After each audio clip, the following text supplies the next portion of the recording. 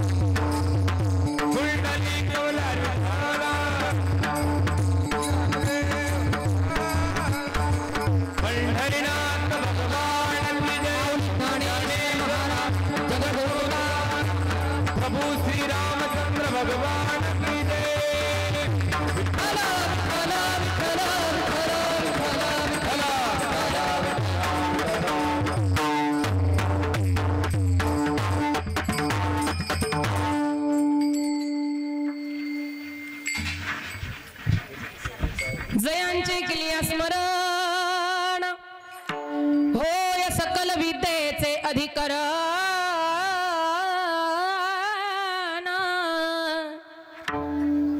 तेची बंधू श्री चरण श्री गुरूंचे ते नमस्कारोनी आता बरं का मावशी बोल ना मावशी नंतर नमो विठ्ठला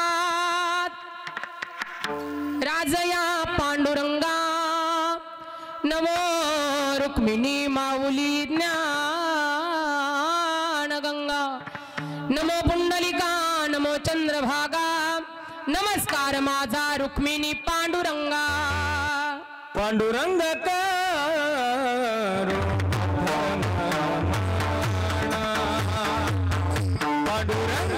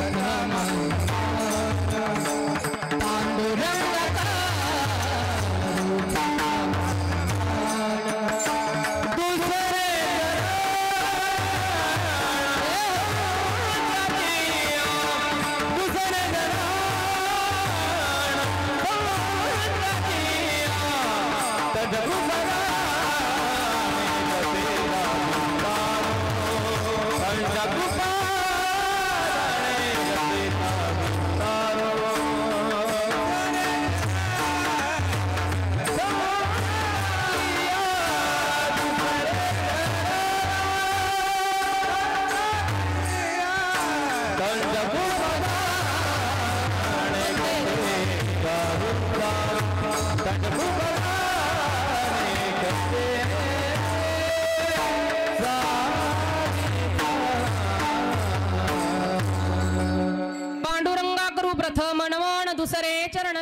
वाचिया त्यांच्या कृपा जाणे कथेचा विस्तारू बाबाजी सद्गुरु दास तुका प्रभु के चरणों में सदा पुनि पुनि करूं प्रणाम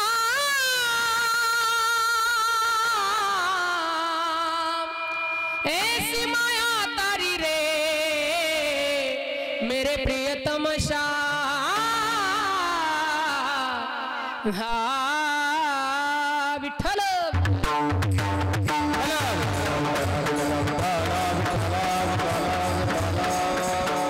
जिथे ज्ञान विज्ञान संजीव होते तिथे योग विद्येस सामर्थ्य येते जिथे मानवाला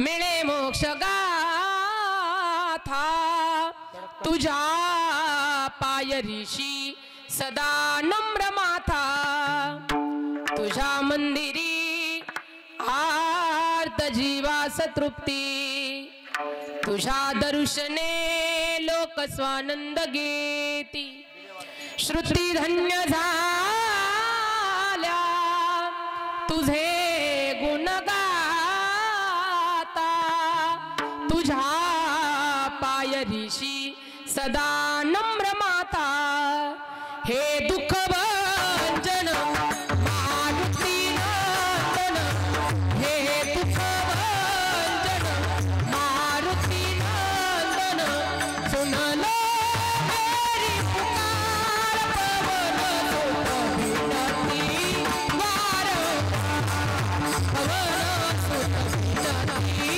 वारंवार हे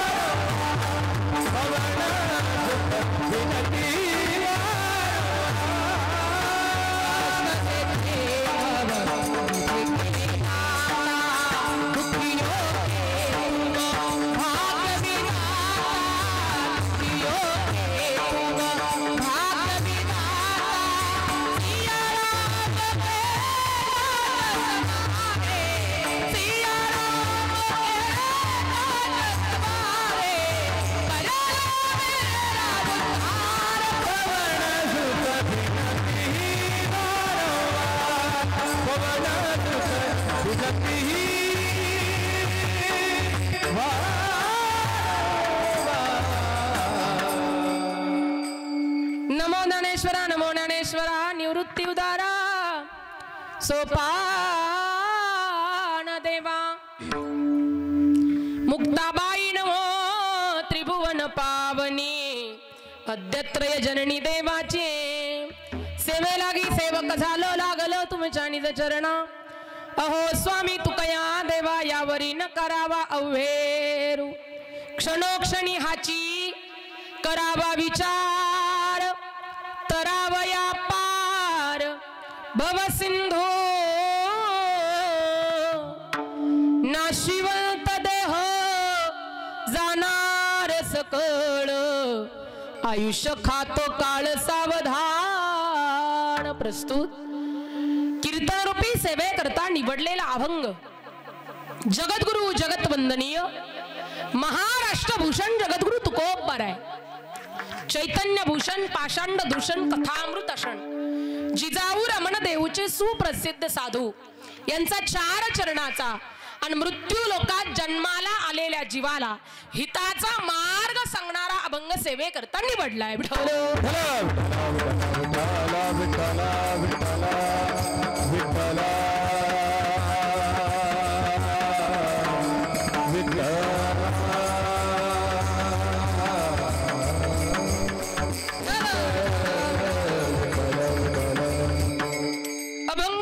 चिंतन करण्या अगोदर मला थोडासा परिहार द्यायचा तोसा मी म्हणेल आज आपल्याला काही शब्द एकत्रित आणावे लागतील किंबहुना ओघाओघाने ते शब्द तुमच्या माझ्या सगळ्यांच्या मध्ये एकत्रित येतील आपल्या सर्वांच्या सुपरिचित असणाऱ्या परंतु गेले 1 वर्ष झाले आपल्यामध्ये नसणाऱ्या आदरणीय कैलासवासी सौ मंगल पांडुरंग अंधारे यांना आपल्यातून जाऊन 1 वर्ष पूर्ण झाले. मग त्यांच्या पितृ ऋणातून आपण मुक्त झालं पाहिजे. याच्याकरता त्यांच्या मागील परिवारानं या ठिकाणी आजच्या दिवशी अन्नदान, गोदान, ब्राह्मणदान, भूमिदान करण्याची प्रथा, ज्ञानदान, आणि म्हणूनच आजचं कीर्तन म्हणजे आजचं ज्ञानदान आहे. विठ्ठल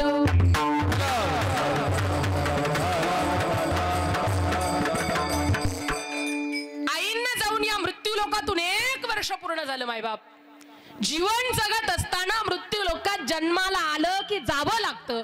हा या मृत्यू लोकाचा नियम आहे आणि त्याच योगानं त्यांचं जाणं झालं. आणि निसर्गाच्या नियमाप्रमाणे, शास्त्राच्या नियमाप्रमाणे आजच्या दिवसाला निकालाचा दिवस म्हटलेला आहे. जसं एखादं लेकरू वर्षभर शाळेत जातं आणि वर्षाच्या शेवटी त्या लेकराचा काय लागतो? ऐकताय ना कीर्तन? लेकरू वर्षभर शाळेत जातं आणि वर्षाच्या शेवटी काय लागतं?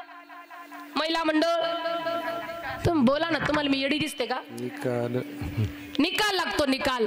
तसं हा आत्मा वर्षभर प्रवास करतो आणि वर्षाच्या शेवटी म्हणजे प्रथम पुण्य स्मरणाच्या दिवशी पापाची पुण्याची गणना केली जाते.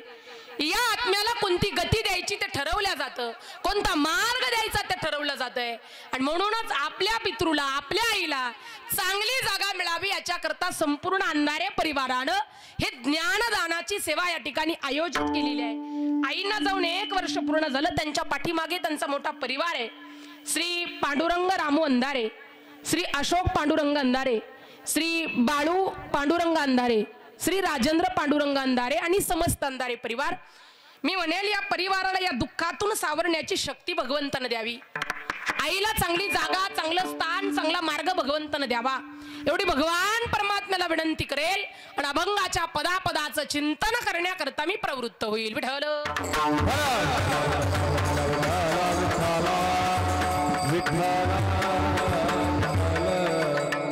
तुकोबर या ठिकाणी जन्माला आलेल्या जीवाला हिताचा मार्ग सांगतात.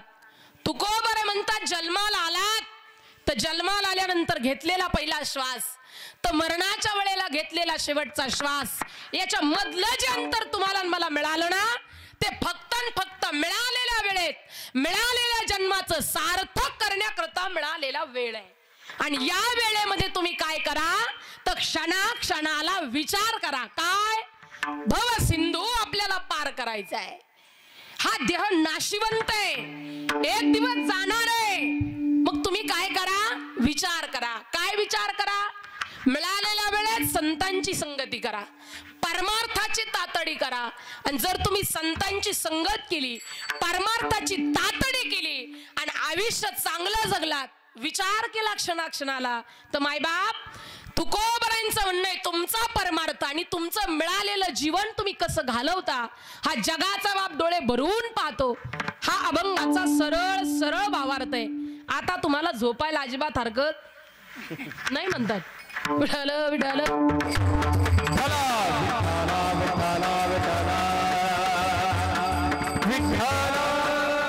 कारण या मृत्यू लोकांचा नियम आहे मायबाप. जन्माला आलं की जावं लागतं. ज्याचा जन्माचा सोहळा त्याचा मरणाचा सोहळा साजरा झाल्याशिवाय राहत. इथं बसलेल्या मंडपात बसलेल्या पैकी सगळ्यांचा एक एक सोहळा साजरा झालाय आणि दुसरा होणारच. मंडपात बसलेला प्रत्येक जण एक ना एक दिवस मरणारच. म्हणा ना मरणार. जन्माला आलं की प्रत्येकाला मरावं लागतं मायबाप. हा या मृत्यू लोकांचा काय नियम आहे.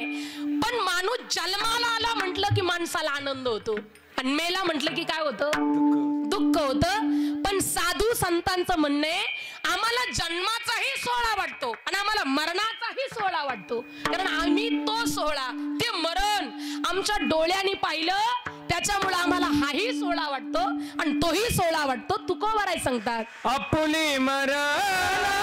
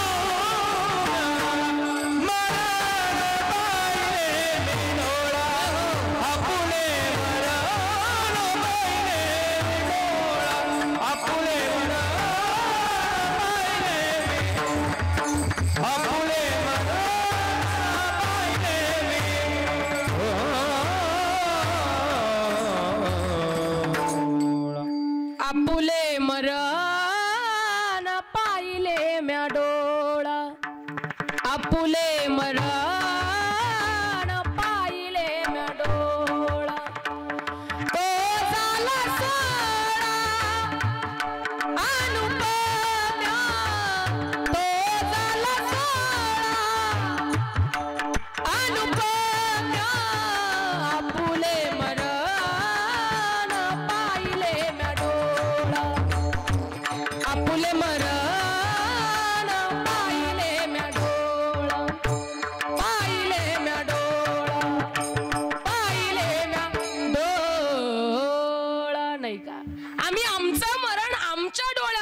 म्हणून तोया झाला सोळा अनुपम्य आम्हाला तो सोळा वाटतो आम्हाला जन्माचा सोळा वाटतो आणि आम्हाला मरणाचाही सोळा वाटतो पण मृत्यू लोकाचा नियम आहे इथं जन्माला आले की माणसाला आनंद होतो मेलं की माणसाला काय होतं दुःख होतं तुम्हाला कळालं नसेल तर का एकदा काय झालं एका माणसाच्या घरी 100 वारकरी जेवायला यायचे होते म्हणून त्या माणसानं विचार केला घरात काय एवढी त्या ठिकाणी भांडी नाही आपण एखाद्या केटरर्स कडे जावं भांडी विकत आणावीत आणि त्या ठिकाणी काय करावं त्यांचा जेवणाचा सोळा उरकावा म्हणून तो एका केटरर्स कडे गेला आणि त्या केटरर्सला सांगितलं साहेब आमच्या घरी 100 वारकरी जेवायला यायचेत तुम्ही एक काम करा मला 100 ताट 100 वाट्या 100 ग्लास काय करा भाड्यानं द्या रेंटनं द्या मला 100 वाट्या 100 ताट आणि 100 ग्लास काय करा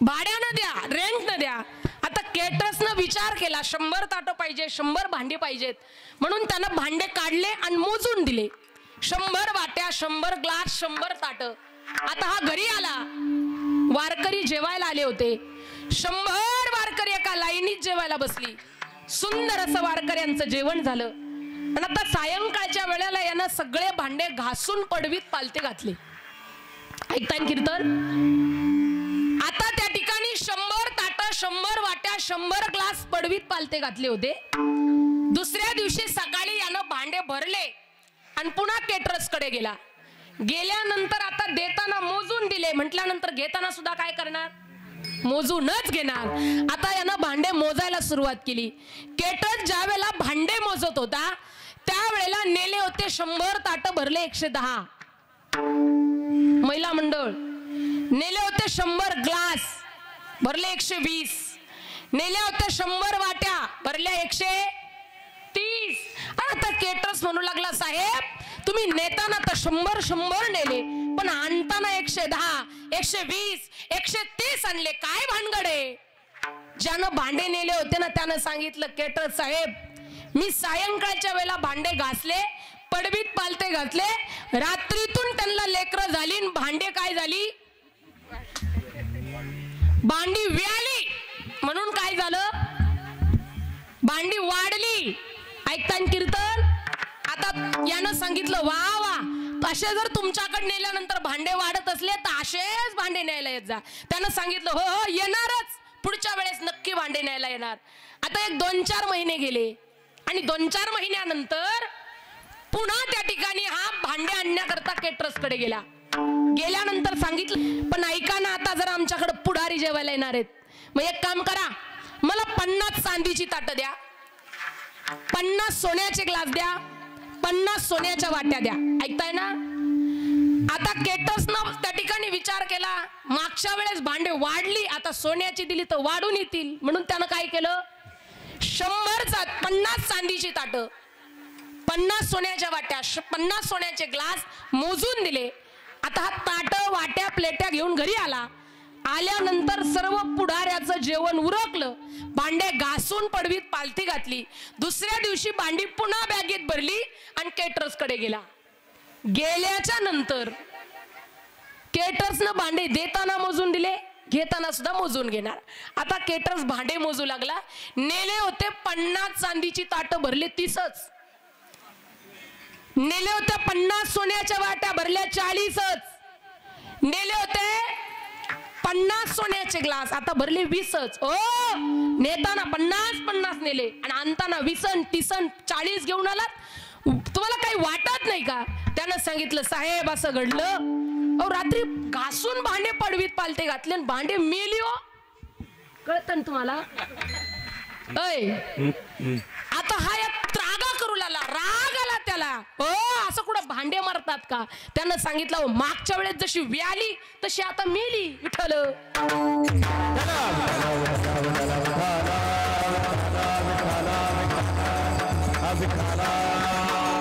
म्हणजे माणसाला व्याली म्हटलं की सुख होतं, पण मेली म्हटलं की काय होतं? दुःख होतं. पण साधू संत म्हणतात आम्हाला त्या ठिकाणी मरणाचाही सोहळा आहे आणि त्या ठिकाणी जन्माचाही सोहळा आहे. म्हणून तुम्ही जीवनात दुःख करत बसण्यापेक्षा क्षणाला विचार करा. तुम्हाला भवसिंधू पार करायचा. ओ तुकोबाराय आम्ही काय केलं पाहिजे? तुकोबाराय म्हणतात देव बनून जग. नाही तुला देव बनून जगता आलं, साधू बनून जग. नाही तुला साधू बनून जगता आलं, जगाच्या मालकानं तुला माणूस म्हणून जन्माला घातलं, मग निदान तू चांगला माणूस म्हणून तरी चांगलं जग. विठ्ठल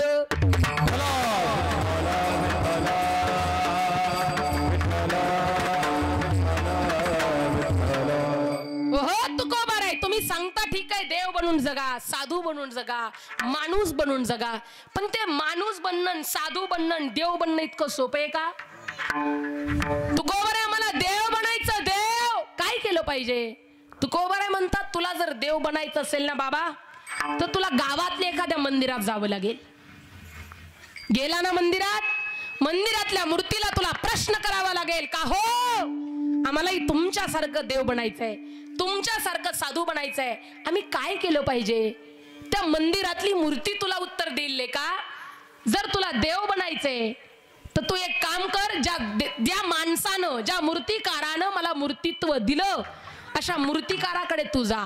का हो आम्ही मूर्तिकाराकडे गेलो लगेच देव पण येईल, आम्हाला नैवेद्य दाखवेल? नाही लेका, तो फार मोठा एक घन घेईल, फार मोठी एक हातोडी घेईल, फार मोठी एक छन्नी घेईल. त्या घणानं, त्या हातोड्यानं आणि त्या छन्नीनं तुझ्यावर घाव मारेल. घाव, ते घाव सहन करण्याची ताकद तुझ्यात असेल तर नक्कीच तुला देवत्व मिळाल्याशिवाय राहणार. जी लोक घाव सहन करतात त्याला देवत्व मिळाल्याशिवाय राहत नाही. ओ तुकोबार आहे, अहो आम्हाला देव बनण्याकरता प्रवचन करावी लागतील का? कीर्तन करावी लागतील का? पंढरपूरची वारी करावी लागेल का? भागवत कथा कराव्या लागतील का? प्रवचन हो, कथेनं, कीर्तनानं, प्रवचनानं वारीनं माणूस फक्त कीर्तनकार, भागवतकार, प्रवचनकार, वारकरी बनू शकतो, देव नाही. देव बनण्याकरता गाव सहन करण्याची ताकद असावी लागते, तेव्हाच माणूस काय बनतो? देव. तुम्हाला आयरन माहिती का? सर्वांना आयरन जी कुंभाराकडे असते. अय महिला मंडळ मागच्या झोपल्या का काय? तुम्हाला मी बोललेलं कळतं ना? आयरन लोहाराकडे असते. लोहाराकडे असणारी ती आयरन, त्या आयरनीवर अनेक मोठे मोठे हातोड्या फुटतात, पण आयरन मात्र कधी फुटत. म्हणून तर एका विशिष्ट दिवशी लोहाराची लोक त्या आयरनीची पूजा करतात, तिला नैवेद्य दाखवला जातो, तिला देव म्हणून आळवल्या जातं, आवाज दिला जातो. ऐरणीच्या देवा तुला थिणगी थिणगी वाहू दे, आभाळागत माया तुझी आम्हावरी राहू दे. ऐरणीच्या देवा तुला थिणगी थिणगी वाहू दे, ऐरणीच्या देवा तुला थिणगी थिणगी वाहू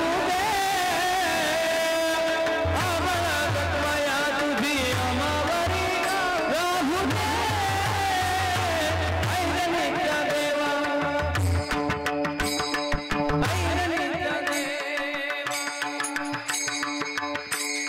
ऐरणीच्या देवा तुला थिणगी थिणगी वाहू दे, आभाळागत माया तुझी आम्हावरी राहू दे. ऐरणीच्या देवा, ऐरणीच्या देवा, ऐरणीच्या देवा. नाही का? ती लोक तिची पूजा करतात, तिला नैवेद्य दाखवतात का? तर ती घाव सहन करते, अनेक हातोडे फुटतात, पण आयरन मात्र कधी फुटत. जो घाव सहन करतो त्याला देवत्व मिळाल्याशिवाय राहत नाही. तुकोबार म्हणतात लेका तुझ्यात घाव सहन करण्याची ताकद नाही, तू देव बनण्याच्या भानगडीत पडू नको. मग तुकोबार म्हणतात तू साधू बनून जग. मग काव तुकोबार आहे, साधू बनण्याकरता आम्हाला काय काय करावं लागेल? तुम्हालाच प्रश्न करतो आम्ही. तुकोबाराय साधू बनण्याकरता तुकोबाराय म्हणतात लेका, तुला जर साधू बनायचं असेल, तुला जर संत बनायचं असेल तर तुझ्या जीवनात वैराग्य असावं लागेल. किती वैराग्य असावं लागेल? जाळोनी संसार बैसलो अंगणी किंवा संसाराच्या नावे घालून, संसाराच्या नावे घालूनिया, संसाराच्या नावे घालूनिया शून्य, घालूनिया शून्य, संसाराच्या नावे घालूनिया शून्य, वाढता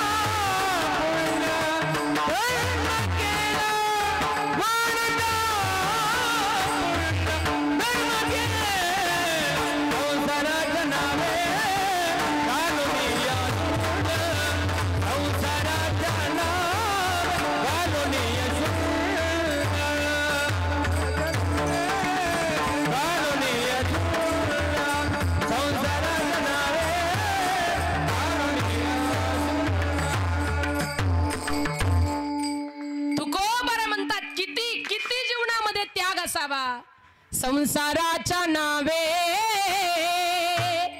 घालूनिया शून्य, संसाराच्या नावे घालूनिया शून्य, वाढता पुण्य धर्म केला, वाढता पुण्य धर्म केला, संसाराच्या नावे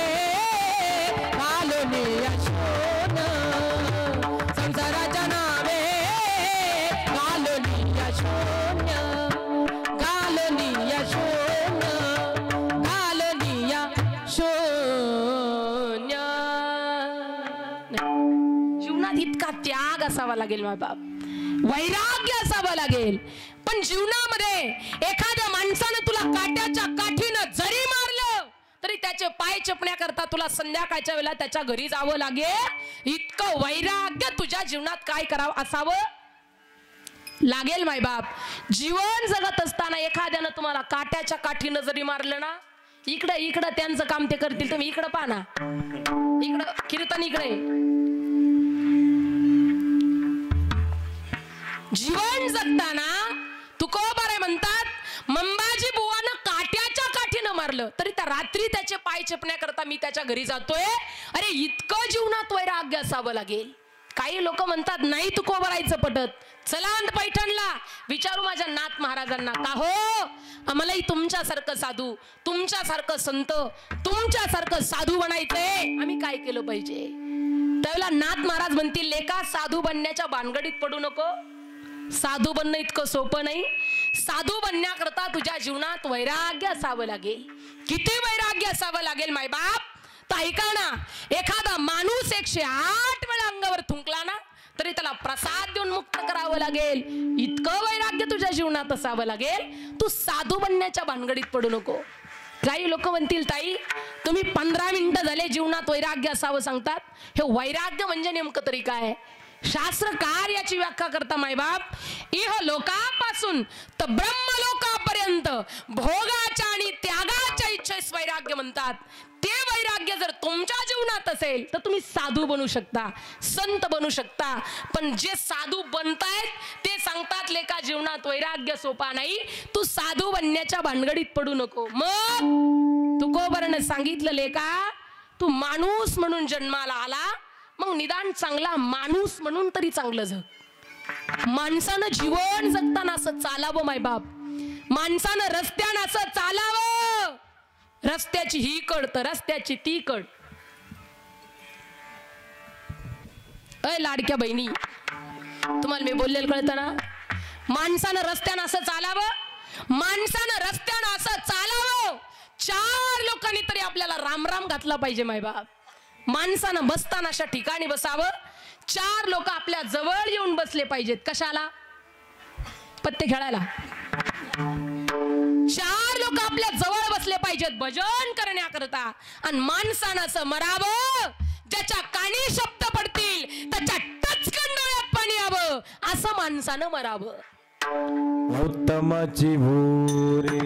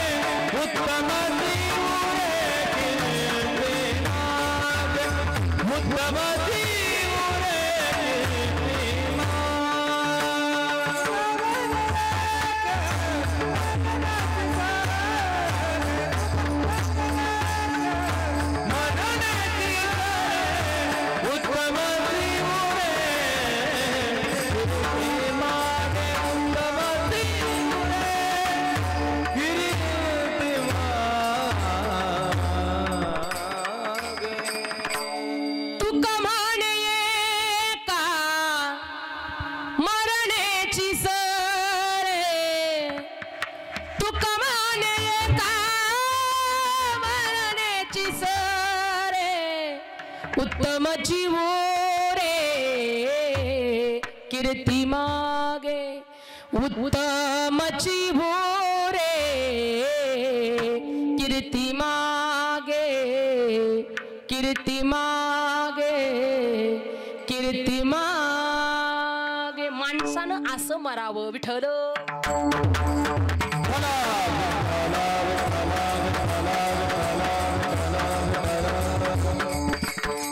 माणसानं जीवन जगत असताना क्षणाक्षणाला विचार करावा. भवसिंधू आपल्याला पार करायचा आहे ना, मिळालाय जन्म, वेळ थोडा मिळालाय, या वेळेत आपण आपल्या जीवनाचं भलं करावं. मायबाप मिळालेल्या वेळेत जीवाचं कल्याण करावं, मिळालेल्या वेळेत मिळालेला जन्म सार्थकी लावावा. याच्याकरता तुकोबार आहे, जन्माला आलेल्या जीवाला उपदेश करतात. अभंगाचं प्रथम चरण.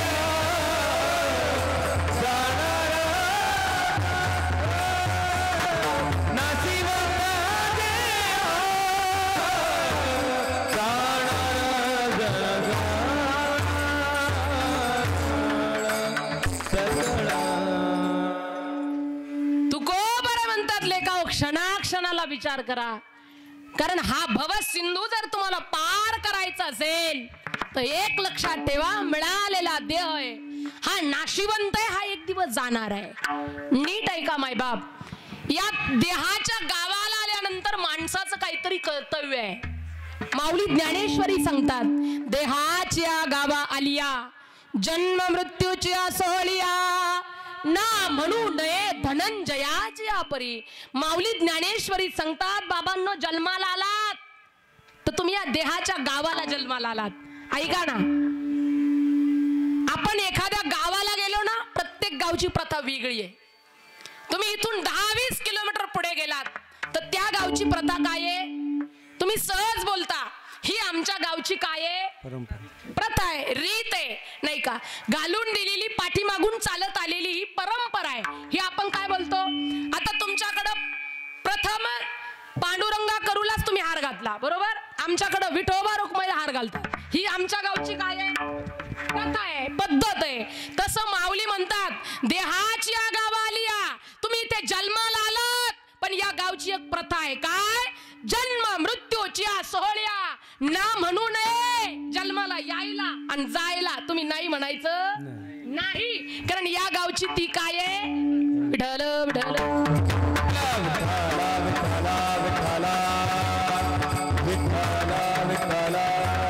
म्हणून इथं जन्माला आल्यानंतर तुम्ही जन्माला आलात ना जन्माला, मग आता तुम्ही जन्माला आल्यानंतर तुमचं काहीतरी कर्तव्य आहे.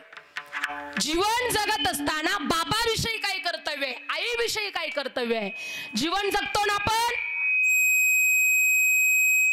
विडल विडल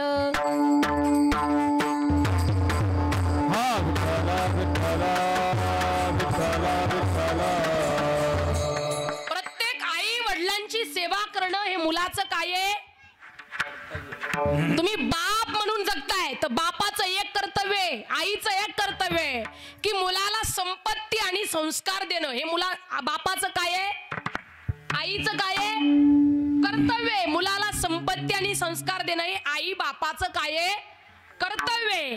पण तुम्ही एक मुलगा म्हणून तुमचं काय कर्तव्य आहे, तर जोपर्यंत आई आणि बाप आहेत तोपर्यंत त्यांची सेवेनं सेवा करणं हे तुमचं काय आहे, कर्तव्य आहे. आई वडिलांची सेवा करणं हे मुलाचं काय आहे. अगदी ती सेवा करत असताना आपल्या जीवनातलं तारुण्य द्यायची वेळ आली तरी सुद्धा द्यावं लागतं, हे काय आहे, मुलाचं कर्तव्य आहे मायबाप. मग जीवन जगताना मुलाचे काही कर्तव्य सांगितलेले आहेत. आपण जीवन जगतो ना, मग आहे तोपर्यंत तर आई वडिलांची सेवा करावीच लागते. तुमच्या माझ्या सर्वांच्या पाहण्यातलं उदाहरण आहे. ज्यांना तुम्ही गान कोकिळा म्हणून ओळखत होता अशा लता दिदी, ज्यांच्या वयाच्या 12व्या वर्षी वडील निघून गेले पण तरी सुद्धा एक बापाला वचन दिलंय, बापाची सेवा आहे ती, म्हणून आपल्या जीवनातलं 12 वर्षापासून 3 भावंडांचा सांभाळ करण्याकरता आपल्या जीवनातलं तारुण्य जाळून टाकलं. याला म्हणतात जीवनामध्ये मुलीनं केलेली बापाची सेवा. जगताना जीवन तुम्ही सेवेनं बापा, सेवेनं या आईची सेवा, जीवन जगत असताना सेवा करावी हे मुलाचं काय आहे. पण मग ताई तुम्ही म्हणता सेवा करावी, पण आता आमचे आई वडील गेले, मग आम्ही काय करावं. तर याच्याकरताच हे वर्ष श्राद्ध आहे, याच्याकरताच प्रथम पुण्यस्मरण आहे. आता जर तुमचे आई आणि वडील निघून गेले तर मग मुलाचं काय कर्तव्य आहे. तर शास्त्र आपल्याला आपल्या आई वडिलांना रस्त्यावर फेकण्याची परवानगी देत नाही. त्यांना त्या ठिकाणी षोडोपचारे स्मशानामध्ये नेलं जातं, अग्निडाग दिला जातो आणि त्या ठिकाणी त्यांच्या आस्तीचा संचय केला जातो. आहे तोपर्यंत तर माझ्या आईची आणि बापाची अवहेलना होऊच नये, पण गेल्यानंतर माझ्या आईची आणि बापाची अवहेलना होऊ नये याच्याकरता त्या राखेची सुद्धा माणूस अवहेलना होऊ देत नाही. माणूस गेला, विठ्ठल विठ्ठल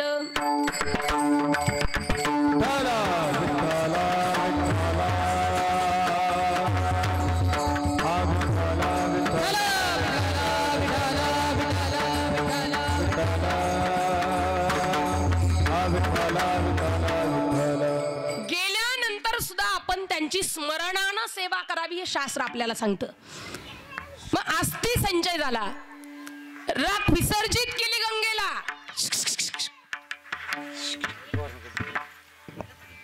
विक्षेप करू नका. विढल विढल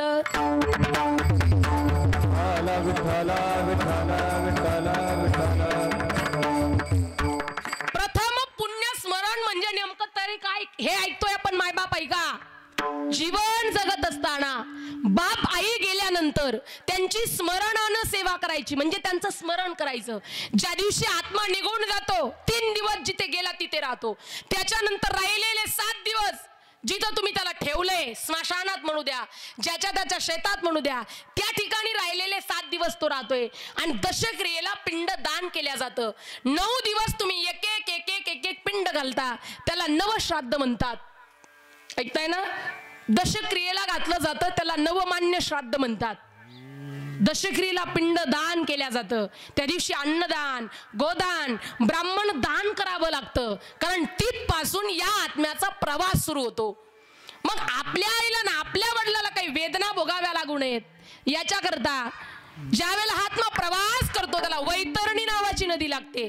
मग त्या नदीतून जर प्रवास करायचा असेल आपल्या आईचं ना आपल्या बापाचं जर कर्म चांगलं असेल आणि त्यांना जर प्रवास करायचा असेल तर एखाद्या नावेची गरज आहे म्हणून ती नाव तुम्ही आम्ही ब्राह्मणाला दान देतो का तर या आत्म्याला ती नदी पार करत असताना काही त्रास होऊ नये.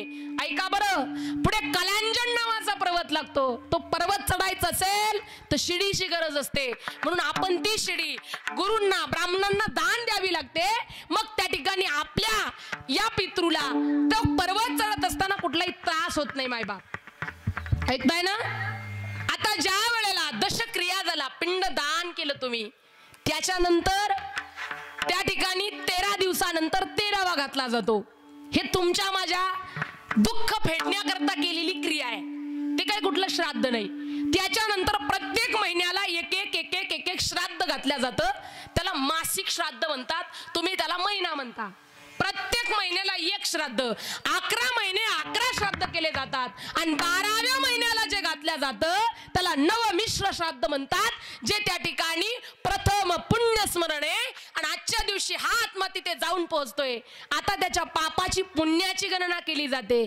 याला कोणत्या जन्माला घालायचं ते ठरवल्या जातं म्हणून आपल्या आईला चांगली जागा मिळावी याच्याकरताच हा केलेला सगळा खटाटोप आहे. याच्याकरताच हे कीर्तन आहे आणि याच्याकरताच अंधारे परिवारानं नियोजित केलेला हा कार्यक्रम आहे. मग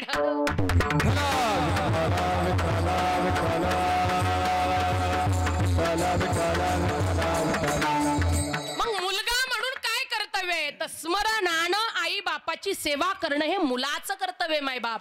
पण आता ऐका तुम्ही माणूस म्हणून जन्माला आलात मग माणूस म्हणून तुमचं एक कर्तव्य आहे की माणूस म्हणून तुम्ही काय केलं पाहिजे माणूस म्हणून तुम्ही कसं जगलं पाहिजे. हे काय आहे तुमचं माझं काय आहे. अहो जन्माला आल्यानंतर मिळालेले प्रत्येक नाते गोते ते तर कर्तव्यच आहे पण तुम्ही एक माणूस म्हणून जन्माला आला मग तुम्ही निदान नीट जगलं पाहिजे. माणूस म्हणून जगत असताना क्षणाक्षणाला विचार केला पाहिजे. आपल्याला भवसिंधू पार करायचा हे आपण डोक्यात ठेवलं पाहिजे का जीवन जगत असताना रस्त्यानं चालत असताना मायबाप या कलियुगाची परिस्थिती अशी आहे आपण जीवन जगतो ना. ज्याला भरलेलं पोतं विकत घेता येतं त्याला उचलता येत नाही मायबाप. ज्याला उचलता येतं त्याला विकत घेता येत नाही. ही कलियुगाची परिस्थिती आहे म्हणून जीवन जगताना क्षणाक्षणाला आपण विचार केला पाहिजे.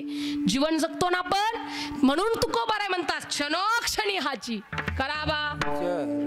तुम्ही क्षणाक्षणाला विचार करा. तुम्हाला जर भवसिंधू पार करायचं असेल तर माणूस म्हणून चांगलं जगलं पाहिजे. मानसा आता तरी मानसात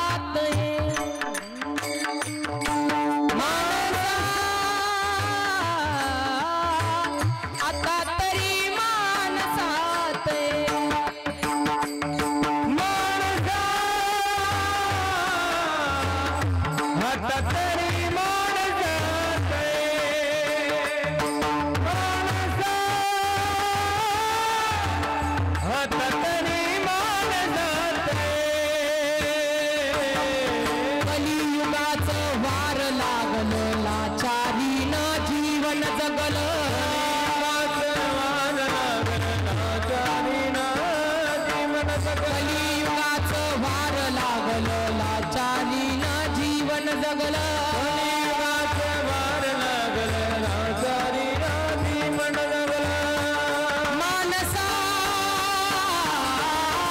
आता तरी मानसात मानसा आता तरी मानसात हो मानसा आता तरी मानसात मानसा आता तरी मानसात मानसा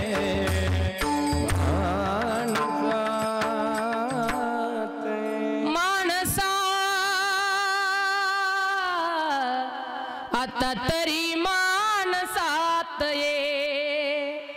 मानसा आता तरी मानसात कलियुगाचं वार लागलं लाचारीनं जीवन जगलं कलियुगाचं वार लागलं लाचारीनं जीवन जगलं मानसा आता तरी मानसात मानसा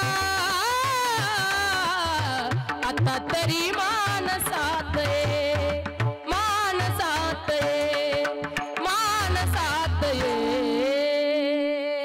जन्माला आलो ना आपण माणूस म्हणून माणसानं चांगलं जगायचं क्षणाक्षणाला विचार करायचा आपल्याला भवसिंधू पार करायचा आहे हा देह नाशिवंत आहे जन्माला आल्यावर मिळालेल्या वेळेत स्वतःच्या जीवनाचं भलं करायचं पण तुम्ही ना मी जन्माला आल्यानंतर साधू संत तुम्हाला मला सावध करतात पण तुम्ही आम्ही इथे माझं माझं माझं माझं करत बसता जिथं माझं आलं तिथं माणूस गुंतल्याशिवाय राहत नाही जिथं माझं येतं ना माझं तिथं माणूस गुंततो तुम्हाला कळत नसेल पटत नसेल तर मी एक दृष्टांत सांगेल तुम्हाला ऐका एक दिवस काय झालं एक मुलगी रेल्वेनं प्रवास करत होती प्रवास करत असताना तिच्याकडे कमरे एवढी सुटकेस होती मुलगी दिसायला सुंदर होती रेल्वेत बसलेली ती मुलगी आणि त्याच रेल्वेमध्ये दोन चोरटे चोरी करण्याच्या हिशोबानं बसले होते आता दोन चोरटे त्या बॅगेकडे बघत होते विचार करत होते मुलगी दिसायला सुंदर आहे स्टँडर्ड आहे चांगल्या घरची मुलगी आहे हिच्याकडे कमरे एवढी सुटकेस आहे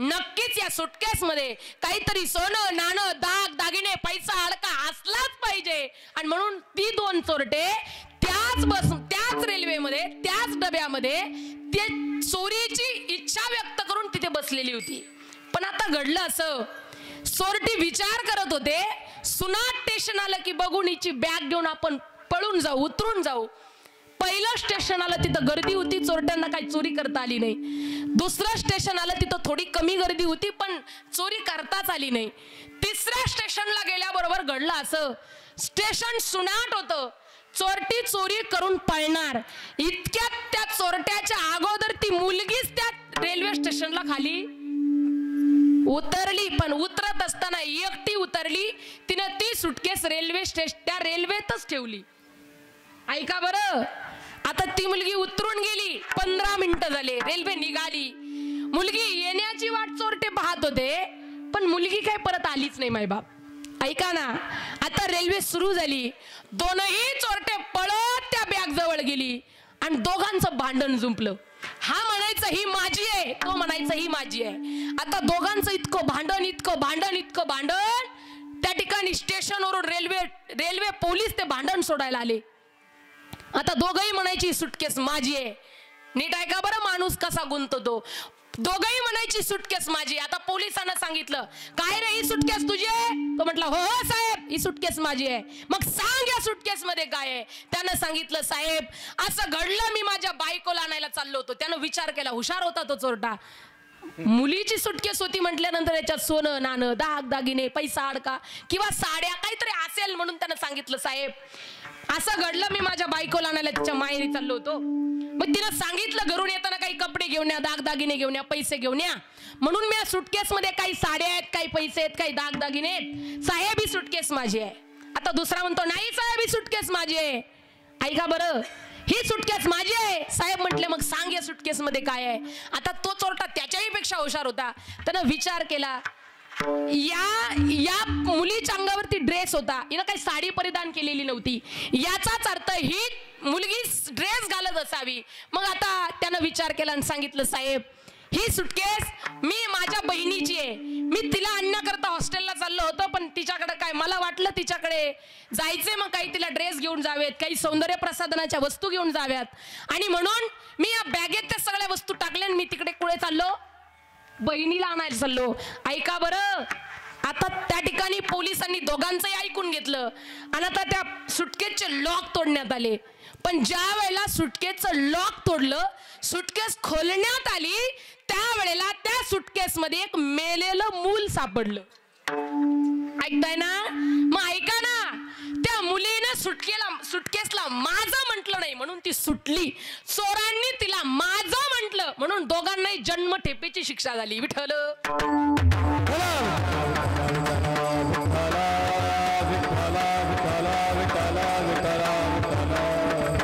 मग तुम्ही जिथे माझं म्हणता तिथं तुम्ही गुंतता. तुम्ही जीवन जगताना म्हणता पठ्ठ्यानं 1 कोटीचा बंगला बांधला, 1 कोटीचा बाण नाही तर 2 कोटीचा बाण. तुझी लेकरं काय तुला छतावर जाळणार नाही बेट्या. किती कमव आणि तर किती माझं म्हण, माझी गाडी, माझा बंगला, हे आपलं काही नाही मायबाप, हे सगळं जगाच्या मालकाचं आहे. आणि याच्यात तुम्ही आम्ही किरायानं राहतो, भाड्यानं राहतो. पण या घराचं याचं जर भाडं तुम्ही दिलं नाही, याचं जर रेंट तुम्ही दिलं नाही, तर जीवन जगत असताना जगाचा बाप तुमच्या माझ्याकडून याचं भाडं घेतल्याशिवाय राहत.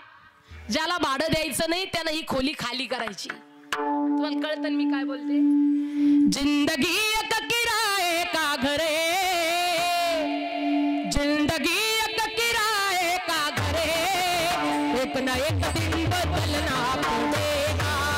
मौत जब तुझको आवाज देगी, मौत जब तुझको आवाज देगी, घर से बाहर निकलना पड़ेगा. जिंदगी एक किराए का घर है, एक ना एक दिन बदलना पड़ेगा. जिंदगी एक किराए का घर है, जिंदगी एक किराए का घर है, बढ़ेगा. जिंदगी एक किराए का घर है, एक ना एक दिन बदलना पड़ेगा. मौत जब तुझको आवाज देगी, घर से बाहर निकलना पड़ेगा. मौत जब तुझको आवाज देगी, घर से बाहर निकलना पड़ेगा. सांझ के बाद होगा सवेरा, एक ना एक दिन वो सुनेरा. पाव फूलों पर रखने से पहले तुझको कांटों पे चलना पड़ेगा. जिंदगी एक किराए का घर है, एक ना एक दिन बदलना पड़ेगा. एक ना एक दिन बदलना पड़ेगा, एक ना एक दिन बदलना पड़ेगा. मिळालेलं शरीर, हे मिळालेला नरदेह तुम्हाला मला भाड्यानं मिळाला, भाड्यानं, रेंट नो. तुम्ही जर एखाद्या दिवशी एखाद्या खोलीत भाड्यानं राहत असाल, रेंटनं राहत असाल, नाही तुमच्याच्यानी महिना 2 महिने भाडं देणं झालं, तर घराचा मालक सांगतो, साहेब तुम्ही भाडं दिलं नाही, आमची खोली खाली करा. करावी लागते ना. ओय, त्यानं सांगितलं घर खाली करा तर करावं लागतं. तसं याचं भाडं जर तुम्ही दिलं नाही, त्याचं नामचिंतन घडलं नाही, तर ही सुद्धा खोली आपल्याला खाली करावी लागते. हे जीवनात तुम्ही कधी विसरायचं? देह हे कळाचे, धन कुबेराचे. देह हे कळाचे, धन कुबेराचे. देह हे कळाचे, धन कुबेराचे. देह हे कळाचे,